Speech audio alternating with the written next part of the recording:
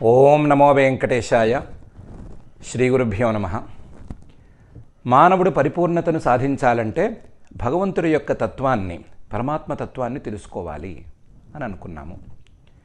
అయితే మానవుడు పరిపూర్ణత సాధించటానికి, అంటే భగవంతుడి తత్వాన్ని, పరమాత్మ తత్వాన్ని అర్థం చేసుకోవటానికి మానవుడికి మధ్య ఎన్నో అడ్డంకులున్నాయి. మానవుడికి ఈ జన్మలో ఉండేటువంటి అలవాట్లు, అభిప్రాయాలు ఇవన్నీ కాకుండా గత జన్మలలో మానవుడు చేసినటువంటి పనులు, మానవుడు చేసిన ఆలోచనలు, వీటి తాలూకు సంస్కారాలు ఇవన్నీ కూడా అడ్డంకులుగా మారతాయి. ఈ అడ్డంకులన్నీ తొలగి మానవుడి యొక్క మనస్సు పరమాత్మ వైపు మళ్ళీ ఆ పరమాత్మ మీద ప్రేమ పెరిగి ఆ తత్వాన్ని అర్థం చేసుకోవటానికి ప్రయత్నాన్ని మొదలుపెట్టి దాన్ని చివరి వరకు నిలబెట్టి తత్వాన్ని సాధించుకోవాలి అంటే చాలా పెద్ద ప్రాసెస్సే ఉన్నట్లు. ఇలాంటి పరిస్థితి రావాలి అంటే మానవుడిలో చిన్నపాటి మార్పు రావాలి. ఆ మార్పుకి రకరకాల సంఘటనలు, మానవుడి జీవితంలో జరిగేటువంటి సంఘటనలు కారణం కావచ్చు. అలాంటి కారణంగా ఉండేటువంటి సంఘటనలను ఇలాంటి మార్పుకు వినియోగించుకున్నట్లయితే ఈ సార్థకత అందుకోవటానికి సాధ్యత అనేది ఏర్పడుతుంది అని వేదవ్యాస మహర్షి గారు నిరూపించదలిచారు. అందుకని తాను రచించినటువంటి ఈ శ్రీమద్భాగవతం అనేటువంటి మహాగ్రంథం యొక్క ప్రధాన లేదా ప్రథమ శ్రోత అయినటువంటి పరీక్షిత్తు గారి యొక్క జీవితంలో జరిగినటువంటి మార్పులని ఆయన క్రమంగా చూపించుకుంటూ వచ్చారు. అసలు పరీక్షిత్తు అనేటువంటి ఆయన పాండవులకు మనవడు. పాండవులలో మధ్యముడు అర్జునుడైతే ఆ అర్జునుడి యొక్క కుమారుడు అభిమన్యువు, ఆ అభిమన్యువుకి ఉత్తర అనేటువంటి భార్య, అభిమన్యువుకి ఉత్తరకి పిల్లవాడుగా పుట్టినటువంటి వాడే పరీక్షిత్తు. కాకపోతే అందరి పిల్లల్లాగా ఈ పరీక్షిత్తు గారు పుట్టలేదు. ఈ పరీక్షిత్తు గారు పుట్టడానికి ముందు, అంటే గర్భంలో ఉండగానే పాండవులకి కౌరవులకి మహాయుద్ధం జరిగింది. ఆ మహాయుద్ధం పూర్తయిపోయిన తర్వాత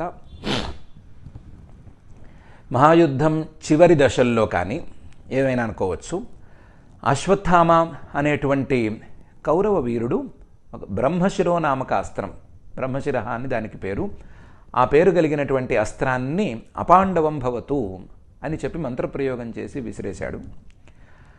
అది తిరిగి చివరికి ఉత్తరాగర్భాన్ని చేరింది.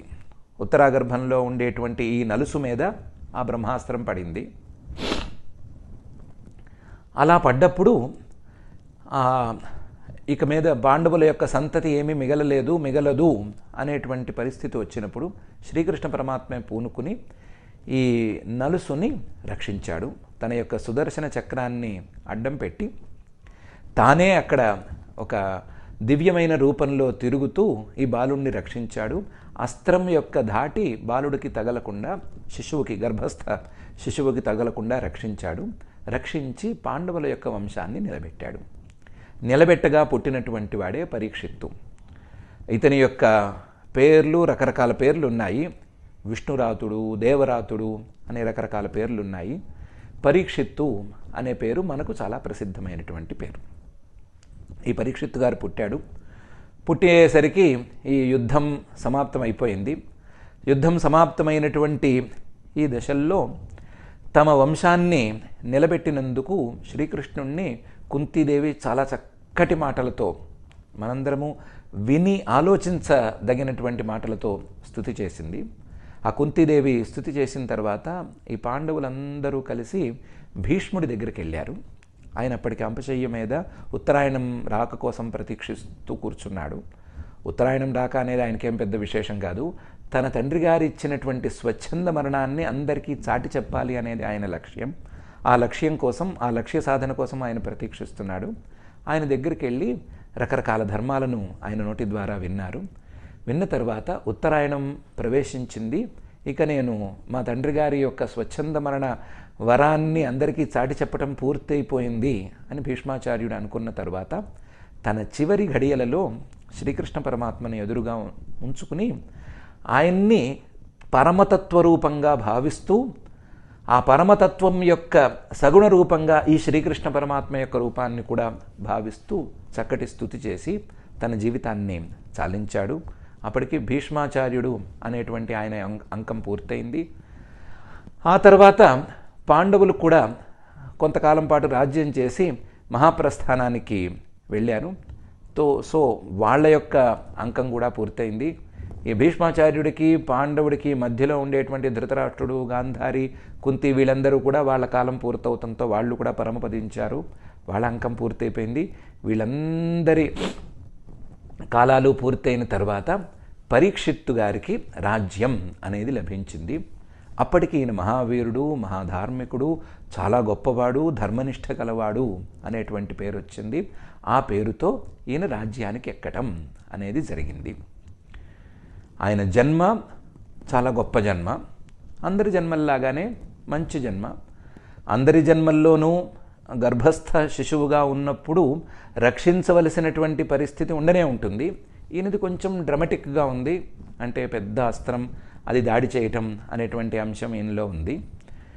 మిగతా వాళ్ళకి అలాంటి అంశం లేకపోయినా తల్లి గర్భంలో ఉండగా కాపాడవలసినటువంటి అవసరం ఉంటుంది. అలాంటి మానవుల లాంటి సాధారణ జన్మల్లోనే ఉత్తమ జన్మ లాంటి జన్మ, లేదా కొంచెం విశిష్టమైనటువంటి వెరైటీగా ఉండేటువంటి జన్మ. ఆ జన్మలోనే తండ్రి, తాత వీళ్ళు అందుకోవలసినటువంటి రాజ్యాన్ని, లేదా వీళ్ళ ద్వారా తాను అందుకోవలసినటువంటి రాజ్యాన్ని, వాళ్ళ ద్వారా అందుకోవలసినటువంటి మంచి చెడు ఆస్తి పాస్తులు వీటన్నిటినీ అందుకుని ఒక మంచి పొజిషన్లో ఉండేటువంటి దశకి ఈ పరీక్షిత్తు గారు అనే ఆయన చేరుకున్నాడు. ఇంతవరకు పరీక్షిత్తు గారి రాజ్యలాభం అనేటువంటి అంశం వరకు ఉండేటువంటి కథ. ఇక మీద ఇక్కడి నుంచి జరిగేటువంటి మార్పులను మనం రేపటి రోజున పరిశీలించుకుందాం. ఓం నమో వెంకటేశాయ.